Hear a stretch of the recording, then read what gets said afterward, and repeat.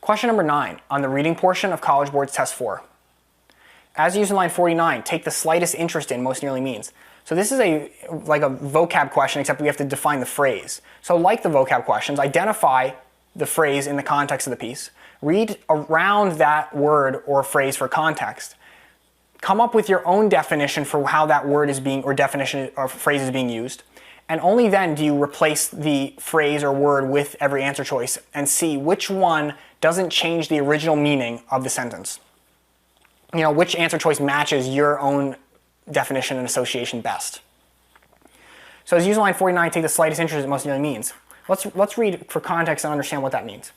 It is an abstraction, a mathematical fiction. It is referring to the North Pole. No one but a Swedish madman could take the slightest interest in it. So remember, the Swedish madman is, in this case, the fictional Swedish scientist that's the narrator in the story. So no one but a Swedish madman could take the slightest interest in it. So no one, not a single human being, could take the slightest interest in it. So no one cares. No one has any interest in trying to understand this except a Swedish madman.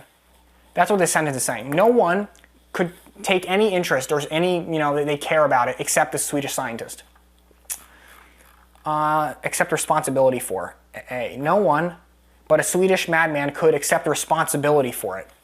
No one's accepting responsibility for anything. You accept responsibility if you are like a boss or something and something happens, or you're taking responsibility for being the leader of a project. You shoulder that burden. But this is talking about interest, whether or not you have interest in something, that you care about it, or that you're interested in learning about it. You maybe you're wondering and want to learn more about it. That's what when you have an interest in. I have an interest in sports. I have an interest in chess. I have an interest in reading history books. No one could take the slightest interest in it. That has nothing to do with no one would accept responsibility for it. No accepting responsibility for anything. As used in line 49, take the slightest interest in most nearly means. Possess little regard for. No one but a Swedish madman could possess little regard for it. Let's understand what that means. When you possess little regard for something, it means that you hold something in a very low standard or a very low belief. So when you possess little regard for a person, it means that you don't care much for them, or you don't care a lot about, you don't think that they're actually that good. When you possess little regard for a movie, it means that you don't think it was a good movie. That's what I think of when I think of little regard. But realize when you judge something like that, of oh, I think that this is a very low standard, that doesn't mean that you don't take the slightest interest in something, that you don't care for something. Just because you think something is low regard doesn't necessarily mean that you don't care for it. You don't care about it, or you take the slightest, you're not interested in it. There might be times where you think that someone you have a low regard for someone, but you have a tremendous interest in them or in things surrounding it. So no one but a Swedish madman could possess little regard for it. No one could possess little regard for it except a Swedish scientist. No one could possess little regard. What does that mean? Isn't this like a double negative actually? Yeah, this is a double negative too. When no one possesses little regard for it means that everyone possesses a lot of regard for it. Let's unravel that. No one possesses little regard for it except a Swedish madman. No one possesses little, which means that a lot of people possess a lot of regard. That's what that means. This is a double negative, so it can't be B. I hope you understand that. No one possesses little regard in. What about C? Pay no attention to.